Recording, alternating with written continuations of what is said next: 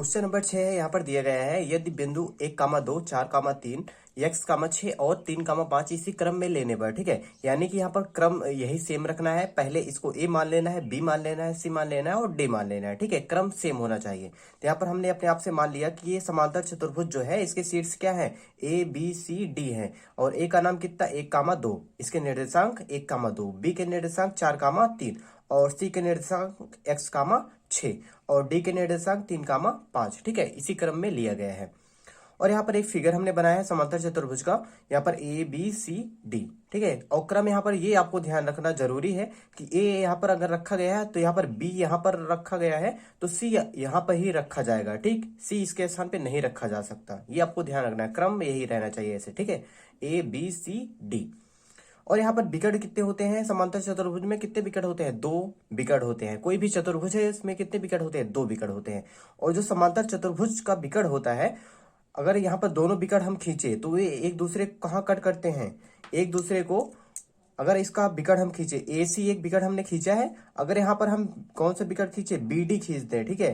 B D को खींचे तो यहाँ पर एक दूसरे को किस बिंदु पर काटेंगे, यहाँ पर बिंदु इसका नाम दे देते हैं अपने आप से ओ, ठीक है। तो यहाँ पर हमने वही लिखा है। हम जानते हैं कि किसी समांतर चतुर्भुज के विकर्ण एसी व बीडी, एसी व बीडी एक दूसरे को बिंदु ओ पर काटते हैं। एक दूसरे को कहाँ काट रहे हैं, बिंदु ओ पर।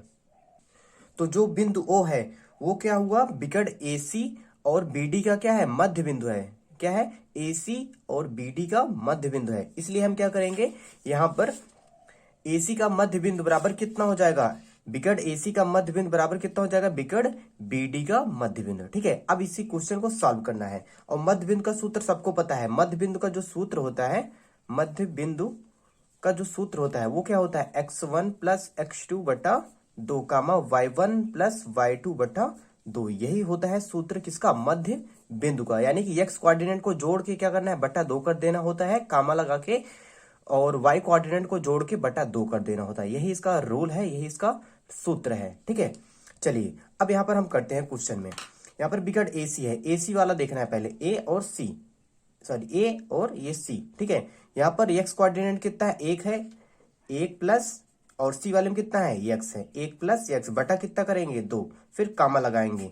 फिर यहाँ पर y कोऑर्डिनेट 2, यहाँ पर कितना 6, 2 प्लस 6 बटा कितना करेंगे, 2 करेंगे, बराबर। अब विकर्ण आ जाते हैं बी डी पर, b और d देखना है, b और d देखना है। यहाँ पर x1 प्लस x2 करेंगे, यानी 4 प्लस कितना 3, 4 प्लस 3 बटा कितना 2, कामा लगाएंगे। और उसके बाद 3 प्लस 5, 3 प्लस 5 बटा कितना 2 करेंगे, ठीक है।